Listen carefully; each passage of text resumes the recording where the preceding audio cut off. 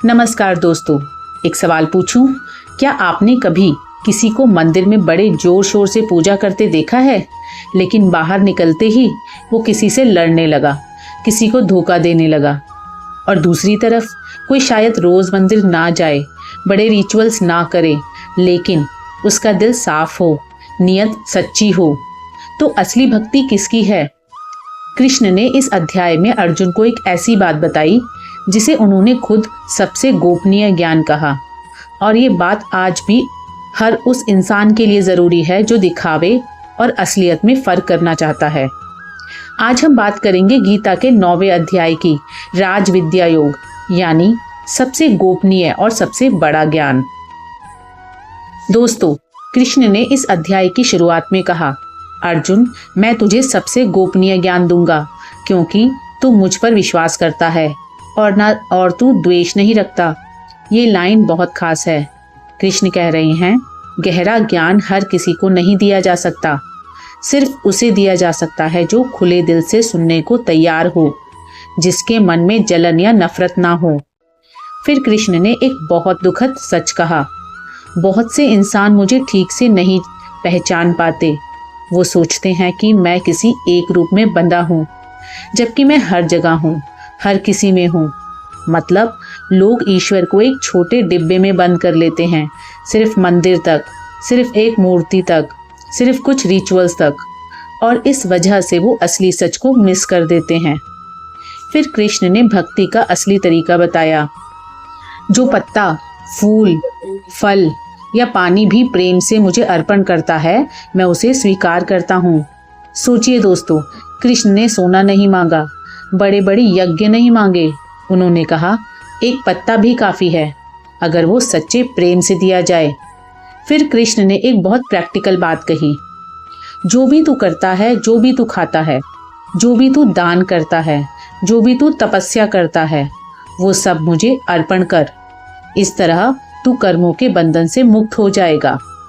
और सबसे खूबसूरत बात, कृष्ण ने कहा, जो भी मेरी शरण में आता है, चाहे वो कितना भी बड़ा पापी रहा हो, अगर वो सच्चे दिल से मेरी भक्ति करता है तो उसे सही इंसान माना जाता है, क्योंकि उसने सही फैसला लिया है।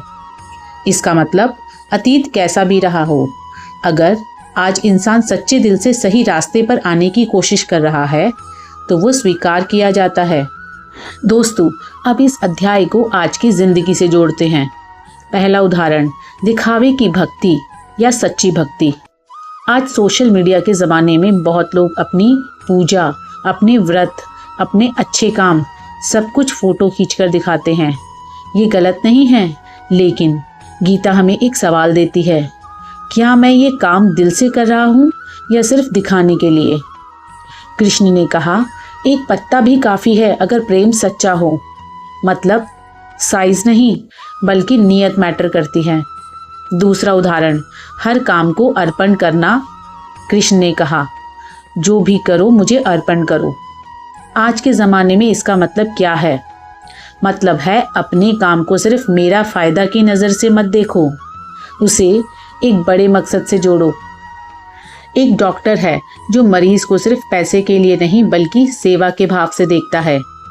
एक टीचर है जो बच्चों को सिर्फ सैलरी के लिए नहीं, दिल से पढ़ाता है। यही है आज के ज़माने में अर्पण करना। तीसरा उदाहरण, अतीत से मुक्ति। बहुत लोग अपने पुरानी गलतियों में फंसे रहते हैं। मैंने वो गलती की थी, इसलिए मैं अच्छा इंसान नहीं बन सकता। कृष्ण की ये लाइन बहुत राहत देती है। चाहे अतीत कैसा भी हो रहा है, अगर आज सही दिशा में कदम बढ़ाया गया है तो वो काफ़ी है। आज से शुरुआत हो सकती है। चौथा उदाहरण, ईश्वर को छोटे डिब्बे में बंद ना करना। कृष्ण ने कहा, लोग मुझे एक रूप में बांध देते हैं। आज भी हम अक्सर अपनी सोच को छोटा कर लेते हैं। अच्छाई सिर्फ इस तरह दिखती है, सफलता सिर्फ इस तरह आती है। गीता कहती है, खुली सोच रखो। अच्छाई, सच्चाई, शक्ति, ये कई रूपों में आ सकती है, उन्हें सीमित मत करो। तो इस अध्याय से हम क्या सीखते हैं? पहला सबक, अपने हर अच्छे काम में नियत चेक करो, दिखाने के लिए कर रहे हैं या दिल से। साइज नहीं, सच्चाई मैटर करती है। दूसरा सबक, अपने रोज के काम को एक बड़े मकसद से जोड़ो। सिर्फ पैसे के लिए नहीं, बल्कि सेवा या मकसद के भाव से करो। इससे वही काम ज़्यादा मीनिंगफुल लगने लगता है। तीसरा सबक, अपने अतीत की गलतियों को आज को रोकने मत दो। अगर आज आप सही दिशा में कदम बढ़ा रहे हो तो वो काफ़ी है। गिल्ट में फंसे मत रहो। दोस्तों, अध्याय 9 ने हमें सिखाया, भक्ति का मतलब बड़ा दिखावा नहीं है। भक्ति का मतलब है सच्चा दिल, सही नियत, चाहे वो एक छोटा सा काम ही क्यों ना हो। आज एक छोटा सा काम करिए।